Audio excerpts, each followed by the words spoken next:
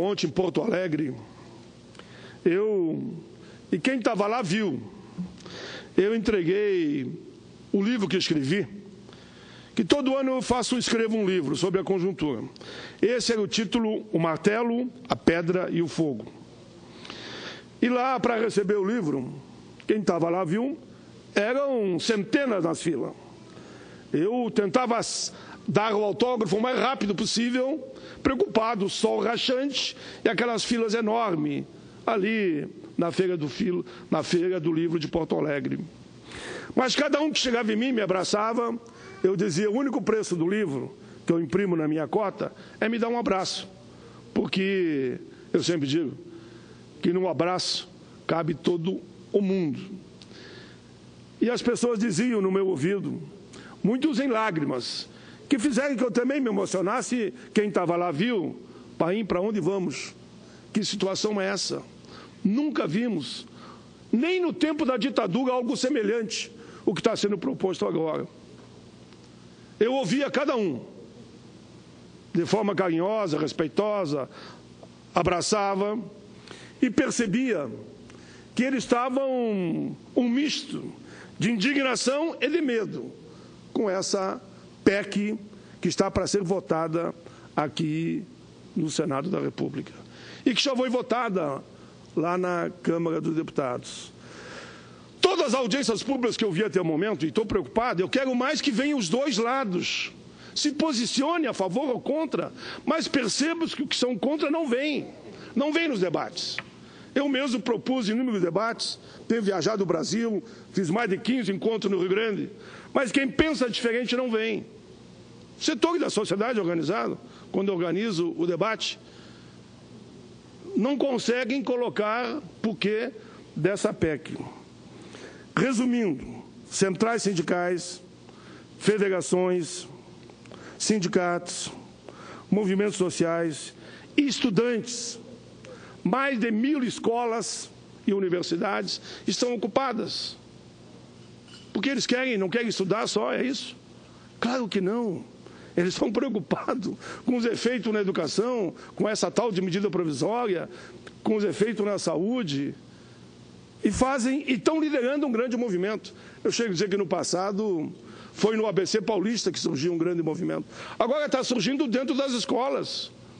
E não vão querer agora que os estudantes não se manifestem. Como foi agora recentemente a invasão de escola pela polícia em São Paulo. Advogados, juízes, profissionais liberais.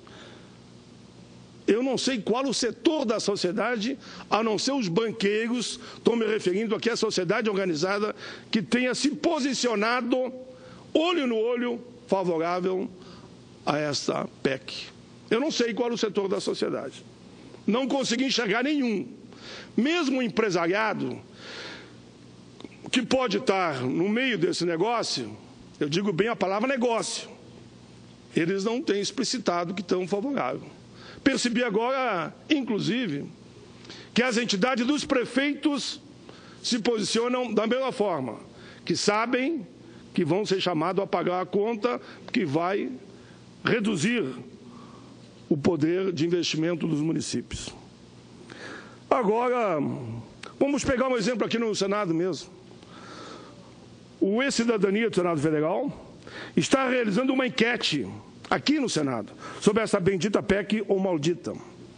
Hoje pela manhã, 318.157, arredondando aqui para entender, quase 320 mil internautas se posicionaram contra a PEC. Sabe quantos a favor? 20 mil.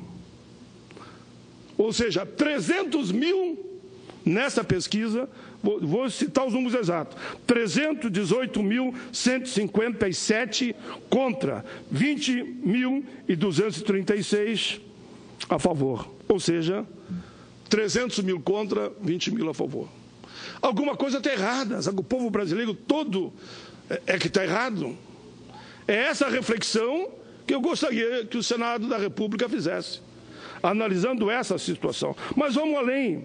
Consultoria Técnica Jurídica do Senado concluiu, através de um estudo um longo estudo que essa PEC é totalmente inconstitucional.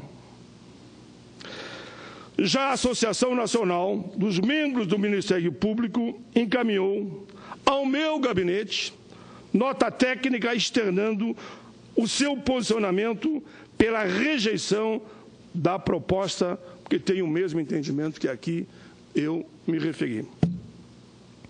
Senhores, eu estou fazendo a minha parte. Me pergunto se é possível. Eu tenho dito, como digo sempre aqui, e todos sabem, o que eu falo lá fora, eu falo aqui dentro. Eu não mudo o discurso. Digo, olha, é muito difícil. O Centrão, que eu me lembrei da Constituinte, teve uma maioria lá na Câmara e poderá ter uma maioria aqui também. A não ser que a gente consiga fazer uma grande mobilização de fora para dentro do Congresso Nacional. Alguém diz, mas não é possível. É possível, sim. Vamos lembrar que a medida provisória, que eu denunciei 1000 vezes aqui na tribuna, que caçava os aposentados por invalidez, a medida provisória que acabava com o auxílio-doença praticamente, porque quem dizia que um computador, se depois de 120 dias... E eu tenho um projeto antigo já, que eu não aceitava essa história de computador, que esse governo agora também está fazendo. E já lá atrás eu compliquei isso e aprovei um projeto, claro que está trancado mais uma vez na Câmara dos Deputados. Agora, a medida dançou. Eles não tiveram força para aprovar essa medida que era totalmente impopular. Essa MP dançou. Terão que mandar para cá um projeto de lei. Então, eu sou daqueles que não jogam a toalha, é preciso esperançar, é preciso combater, é preciso resistir. Mas vamos em frente. Apresentei, senhor presidente, senhora presidenta, 12 emendas ao texto dessa PEC.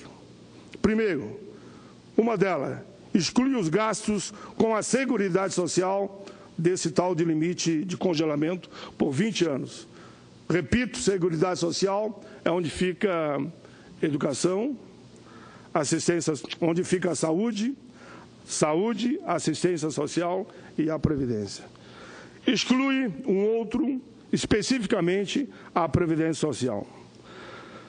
Mantém as aplicações do crescimento da economia, além da inflação, na saúde e na educação.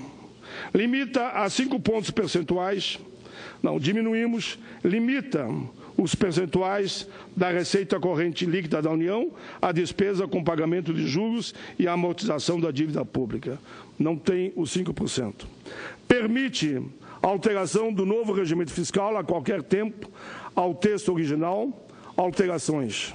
Veda a abertura de crédito suplementar, que amplia o montante total das despesas com serviço da dívida pública. Mas, enfim, não é só as emendas que interessam. Interessa é o debate que eu entendo que nós vamos ter que fazer. Senhora Presidenta, ao invés de atingir a população brasileira, os mais pobres, os necessitados, a nossa juventude, os estudantes, os idosos, os trabalhadores, a PEC 55 do governo federal deveria cobrar, sim, os grandes sonegadores de impostos e tributos nesse país. Sabe quem é que mais sonega? Sabe quem é que mais se apropria indevidamente do dinheiro que deveria ir para os cofres públicos? É os 5% mais rico. E nós somos 95%, nós, população brasileira. Esses 5% não pagam e se dão bem. Por que daí? Não pagam, fica por isso mesmo. Então vamos ver alguns dados. Segundo o Sindicato Nacional dos Procuradores da Fazenda Nacional, o Brasil vai deixar de arrecadar mais de 500 bilhões em 2016 devido à sonegação de imposto. Por que não cobram desses poderosos em vez de tirar o dinheiro dos mais pobres? O montante representa cerca de 9% do PIB nacional. O total acumulado da dívida ultrapassa a 1,6 trilhão. Enquanto que a dita reforma da Previdência, eles querem economizar 65 bi e deixam de arrecadar 1,6 trilhão. A principal dívida é com o IPI. A segunda É o trabalhador? Claro que não. Quem não paga é os chamados grandes empregadores, como, por exemplo, as empresas de terceirização. Não pagam nem Previdência e não pagam o FGTS. A terceira é com o ICMS. De acordo com a lista de devedores da Procuradoria-Geral da Fazenda Nacional, 146 pessoas físicas e ou jurídicas devem individualmente mais de 1 bilhão aos cofres públicos. 146. E por que não cobram esses 146? Falo em reformas para arrecadar 65. Por que não aqui não cobram esses 146, que daria 146 bilhões só nesse caso? Se levarmos em conta a média da sonegação dos tributos, que tem maior relevância para a arrecadação, ICMS, Imposto de Renda e contribuições previdenciárias, poderíamos estimar um indicador de sonegação de 27,5% da arrecadação. Quase 30% do que poderíamos arrecadar vai na mão desses malandros, que são os bilionários, que é 5% da população. Não é o senhor nem a senhora, não. Não estou falando aí de remediado, nem estou falando de riquinho. Estou falando dos grandão mesmo. Aqueles que, no fundo, mandam nesse país. Vocês sabem disso. O valor chega a 539 bi, 9% do valor do PIB. Todos esses valores, se fossem cobrados e entrassem no cofres do governo municipal, porque a dívida vem lá de baixo, municipal, estadual e da União, poderiam ser aplicados em políticas públicas, que certamente fariam a diferença na vida de milhões e milhões de brasileiros. Com certeza ajudaria muito nas demandas da sociedade, na melhoria das escolas, no salário dos professores e servidores. Terminando, senadora, na iluminação das ruas, no saneamento básico, na infraestrutura, na redução de IPTU, no saneamento básico, na segurança, no combate à violência, nas estradas para a ecoação da produção, no valor das aposentadorias e pensão. Feito isso, não precisaríamos da PEC 55, que fere de morte os interesses da classe média para baixo. Não precisaríamos da reforma trabalhista e muito menos a previdenciária. Os movimentos sociais do Brasil marcam dia 11 de novembro como um dia de paralisação, de mobilização e de protesto. Repito, hoje mais de 1.000 escolas e universidades estão não só paradas, ocupadas. Contra quem? Contra a PEC 55, ou 241 se quiserem, e as ditas reformas.